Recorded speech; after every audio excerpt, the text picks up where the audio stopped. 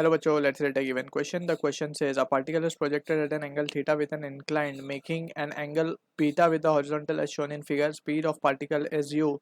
After time t, find x component of acceleration. So to understand this question, we need to understand about the concept of projectile on an inclined plane.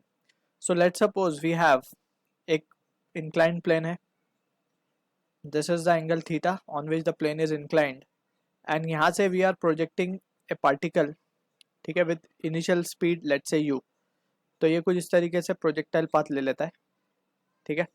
Now we can define the axes of it. So axes को हम define कर देते हैं. Along the perpendicular to inclined we are taking the Y axis and along the inclined we are taking X axis, ठीक है. तो इस velocity के भी दो कंपोनेंट हम कर सकते हैं. One can be written as u sin theta, another can be written as u cos theta, ठीक है. सिमिलरली वी कैन सी, अगर हम बात करें एक्सेलरेशन की, so acceleration is vertically downward. So in this case इसका एक कंपोनेंट अलोंग द हॉरिजॉन्टल आ जाएगा, इंक्लाइंड आ जाएगा, दैट इज ये हो जाएगा g, ये है हमारा नीचे की तरफ g. तो दिस एंगल इज थीटा, सो ये हो जाएगा g cos थीटा एंड ये हो जाएगा हमारा g sin theta, right. So this is the thing we need to keep in mind. अब यहाँ पे सॉरी ये थीटा नहीं होगा, ये अल्फा मान लेते हैं हम. दिस एंगल अगर हम अल्फा ले रहे हैं इसे, ठीक है.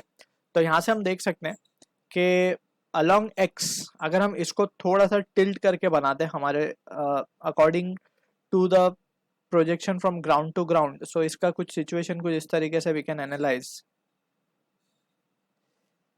ये रही हमारी प्रोजेक्शन वेलोसिटी और ये कुछ इस तरीके से प्रोजेक्टाइल फॉलो करेगा. This is our X axis, this is our Y axis, ठीक है. ये हमारा कंपोनेंट है u sin alpha, this is angle alpha, ये हमारा कंपोनेंट है u cos अल्फा, ठीक है. सो यहाँ पे हम देख सकते हैं अलोंग, अगर हम हॉरिजॉन्टल की बात करें यानी अलोंग एक्स एक्सिस की बात करें, so it is again an accelerated motion का केस, बिकॉज यहाँ पे g sin थीटा का एक्सेलरेशन एक्ट कर रहा है in the opposite direction. Similarly नीचे की तरफ एक्ट कर रहा है g cos theta, the component of acceleration. So अगर हमसे कोई पूछे कि जैसे क्वेश्चन में पूछा गया एक्स कंपोनेंट ऑफ एक्सेलरेशन, सो हम क्या लिखेंगे, एक्स कंपोनेंट